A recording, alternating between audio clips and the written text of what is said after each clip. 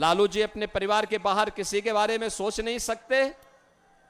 आप सोचिए, पूरी दुनिया से कम्युनिस्ट समाप्त हो रहे हैं, बंगाल से समाप्त हो गया, और यहां पर एक नक्सली को इन्होंने प्रत्याशी बना करके उतारा है।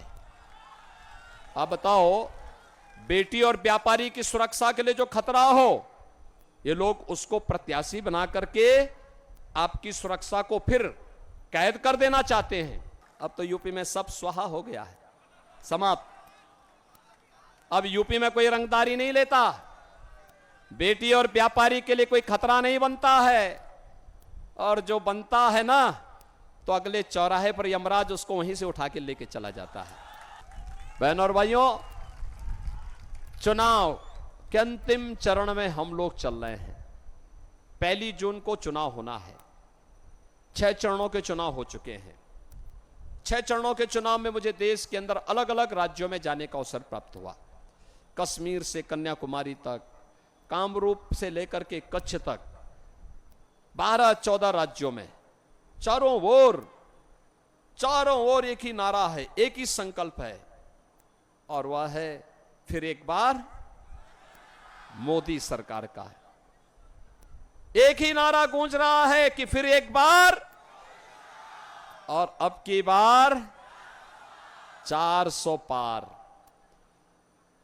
जब 400 पार की बात होती है तो कांग्रेस और आरजेडी के सहयोगियों को चक्कर आने लगता है कि 400 सीट, बीजेपी और एनडीए 400 सीट पाएगी, और फिर ये अनलगल प्रलाप और अनलगल बयानबाजी और अफवाह फैलाते हैं। बहनों और भाइयों, 400 पार जब जनता जनार्दन से हम पूछते हैं, मैं देश के अलग अलग क्षेत्रों में गया, पूछा मैंने कि 400 पार का आपका कैसे कह सकते हैं। उन्होंने एक ही बात कही, उन्होंने कहा जो राम को लाए हैं हम उनको लाएंगे, जो राम को लाए हैं हम उनको लाएंगे। और वह कहते हैं क्यों, तो जनता जनार्दन यही कहती है कि राम भक्त ही राज करेगा दिल्ली के सिंहासन पर। राम भक्त ही राज करेगा, कोई रामद्रोही नहीं। 2014 के पहले के भारत में सुरक्षा की समस्या थी, सीमा खतरे में थी। 2014 के भारत में सीमाएं सुरक्षित हैं, आतंकवाद और नक्सलवाद पूरी तरह समाप्त हुआ है, और अब तो पटाखा भी जोर से फट जाए ना तो पाकिस्तान सफाई देता, कहता साहब ये मैंने नहीं किया है। पाकिस्तान को सफाई देनी होती है, क्योंकि उसे मालूम है नया भारत है, छेड़ेगा नहीं, लेकिन अगर कोई छेड़ेगा तो छोड़ेगा भी नहीं। अब याद करिए, एक तरफ मोदी जी के नेतृत्व में विकास भी है, गरीब कल्याण भी है, सम्मान भी है, सुरक्षा भी है, अयोध्या में राम मंदिर का निर्माण भी है, और काशी में काशी विश्वनाथ धाम भी आप जाकर के देखिए बगल में। बहनों और भाइयों, आस्था का भी सम्मान है, विरासत भी है तो विकास भी है। और दूसरी तरफ कांग्रेस और आरजेडी आपको कहां ले जाना चाहती है। इन लोगों ने तो हमेशा छल किया, जब मौका मिला इन्होंने देश के साथ छल किया, सनातन धर्म के साथ छल किया, बिहार से छल किया, वोट आपका, और सरकार बनी तो पेट भरा है इन्होंने अपने परिवार का। याद करिए, लालू जी अपने परिवार के बाहर किसी के बारे में सोच नहीं सकते। आप सोचिए, पूरी दुनिया से कम्युनिस्ट समाप्त हो रहे हैं, बंगाल से समाप्त हो गया, और यहां पर एक नक्सली को इन्होंने प्रत्याशी बना करके उतारा है। आप बताओ, बेटी और व्यापारी की सुरक्षा के लिए जो खतरा हो, ये लोग उसको प्रत्याशी बना करके आपकी सुरक्षा को फिर कैद कर देना चाहते हैं, अराजकता पैदा करना चाहते हैं। इनकी मंशा अच्छी नहीं है। इनकी घोषणा पत्र को अगर आप देखेंगे तो इंडी गठबंधन का घोषणा पत्र इतना खतरनाक है। कहते हैं आएंगे पर्सनल लॉ लागू करेंगे।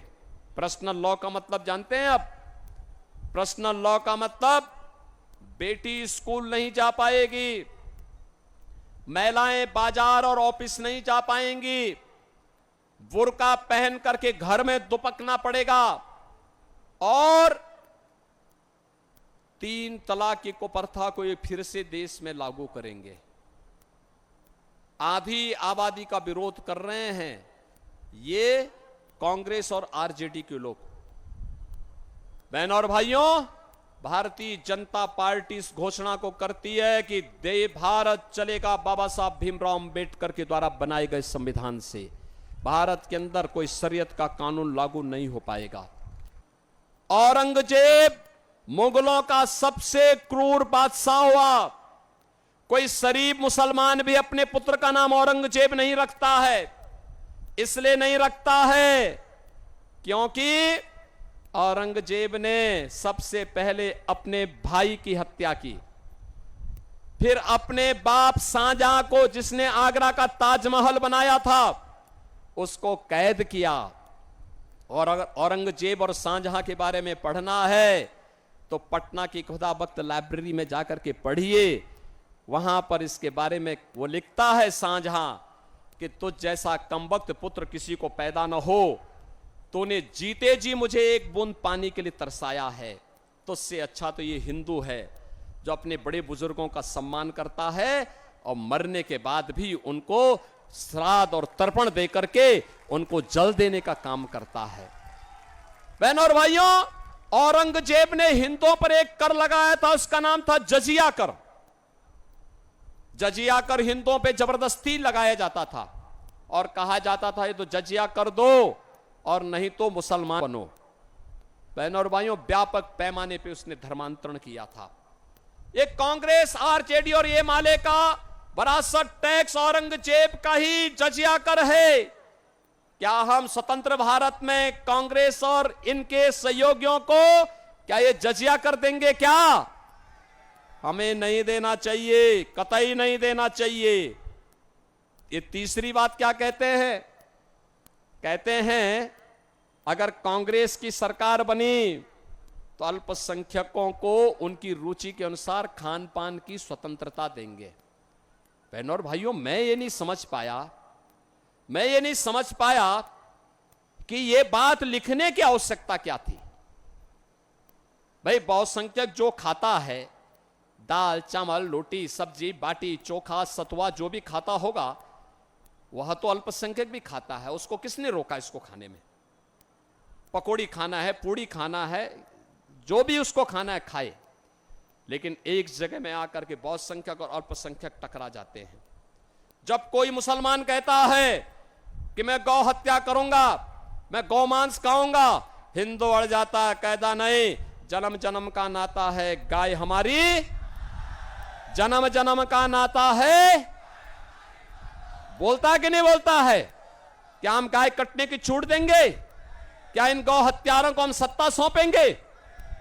अरे मैं तो आपसे कहने के लिए आया हूं, जो राम मंदिर का पुण्य आपके साथ जुड़ा हुआ है, इस जन्म में अपनी पीढ़ी को बता पाएंगे और परलोक में जाकर के पूर्वजों को बता पाएंगे कि आपके संकल्प की पूर्ति करके आए हैं हम लोग।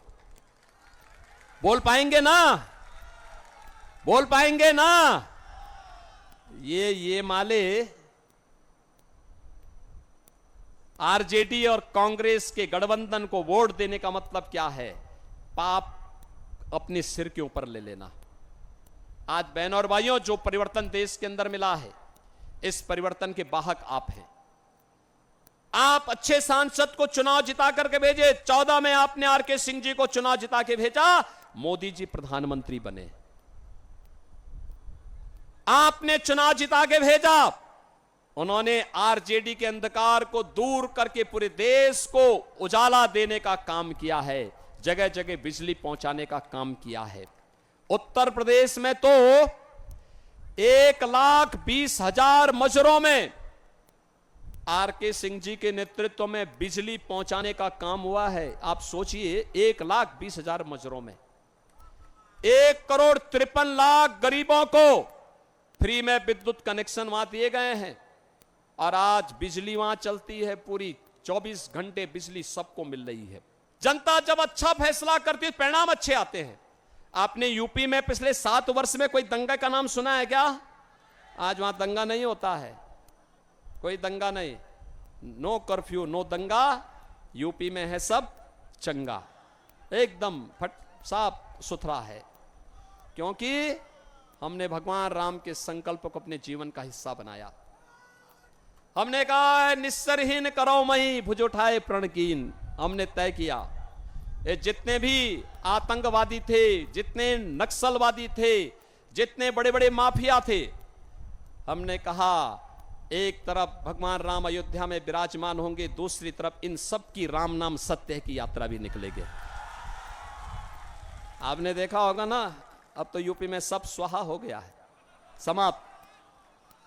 अब यूपी में कोई रंगदारी नहीं लेता, बेटी और व्यापारी के लिए कोई खतरा नहीं बनता है, और जो बनता है ना तो अगले चौराहे पर यमराज उसको वहीं से उठा के लेके चला जाता है, वहीं से राम नाम सत्य है। अब तो बड़े बड़े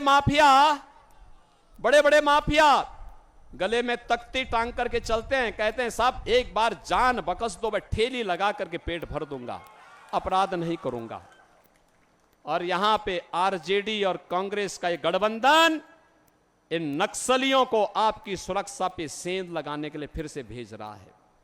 इसको पनपने मत देना, कतई पनपने मत देना, कतई आगे मत बढ़ने देना। और बढ़ारा के लोगों की तो ये जिम्मेदारी बनती है, बहुत बड़ी जिम्मेदारी है आपकी। जिम्मेदारी दोनों तरीके से, अच्छा सांसद के नाते तो है ही, लेकिन अपने दामाद को चुन करके आप भेजेंगे तो कौन ऐसा व्यक्ति होगा जिसको उसमें खुशी ना होती हो। और इसलिए रिकॉर्ड वोटों से चुनाव जिता करके आरके सिंह यहां से जाने चाहिए। जीतेंगे, जीतेंगे भारी बहुमत से, भारी बहुमत से।